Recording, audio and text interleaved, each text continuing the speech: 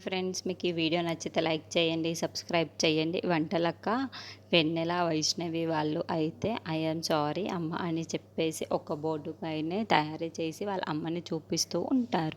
అది చూడగానే అక్కడున్న వరలక్ష్మి అయితే చాలా సంతోషిస్తూ ఉంటుంది. ఇంతలో అక్కడున్న వెన్నెల వైష్ణవి వాళ్ళు అయితే వాళ్ళ అమ్మని గట్టిగా హగ్ చేసుకుంటూ, అమ్మ, ఇప్పటిదాకా మేము ఏమైనా తప్పు చేసి ఉంటే మమ్మల్ని క్షమించమ్మా.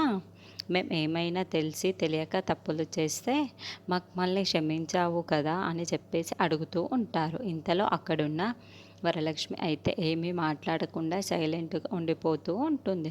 ఇంతలో అక్కడున్న వెన్నెల వైష్ణవి వాళ్ళు మాత్రం ఒక గిఫ్ట్‌ను తీసుకొని వచ్చి వాళ్ళ అమ్మకి, ఇదిగో తీసుకో అమ్మ, ఇది నీకోసమే ప్రత్యేకంగా మేము కొన్నాము నీకోసమే అని చెప్పేసి అంటూ చాలా సంతోషంగా ఇస్తూ ఉంటారు. అది చూడగానే అక్కడున్న వరలక్ష్మి అయితే, ఏంటి ఇది కొనడానికి మీకు డబ్బులు ఎక్కడి నుండి వచ్చాయి అని చెప్పేసి అడుగుతూ ఉంటుంది. ఆ మాటలు వినగానే అక్కడున్న వాళ్ళ పిల్లలు అయితే ఏమీ మాట్లాడకుండా సైలెంట్గా ఉండిపోతారు.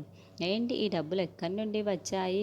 మీరు తీరిగ్గా కూర్చొని తింటూ ఉంటే మీకు ఏమీ తెలియటం లేదు. అసలు మీరు ఏం చేస్తున్నారో మీకు అర్థమవుతుందా? మీరు కూర్చొని తినడం కాదు, సంపాదిస్తే తెలుస్తుంది అప్పుడు డబ్బు విలువ అని చెప్పేసి వాళ్ళని కసురుకుంటూ చూడగానే ఇంట్లో ఉన్న వాళ్ళందరూ అయితే ఒక్కసారిగా షాక్ అయిపోతూ ఉంటారు. ఇంతలో అక్కడున్న వరలక్ష్మి అయితే ఆ గిఫ్ట్‌ని తీసుకొని కిందకి విసిరేస్తూ ఉంటుంది.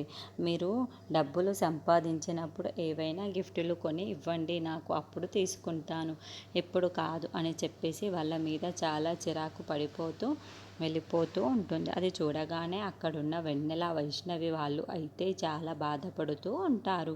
ఇంతలో అక్కడున్న వాళ్ళ అమ్మ అయితే, వాళ్ళ అత్తయ్య అయితే, ఏంటి వరలక్ష్మి ఇలా చేస్తుంది, పిల్లల్ని ఎందుకు ఇంత బాధ పెడుతుంది అని చెప్పేసి అనుకుంటూ ఉంటారు.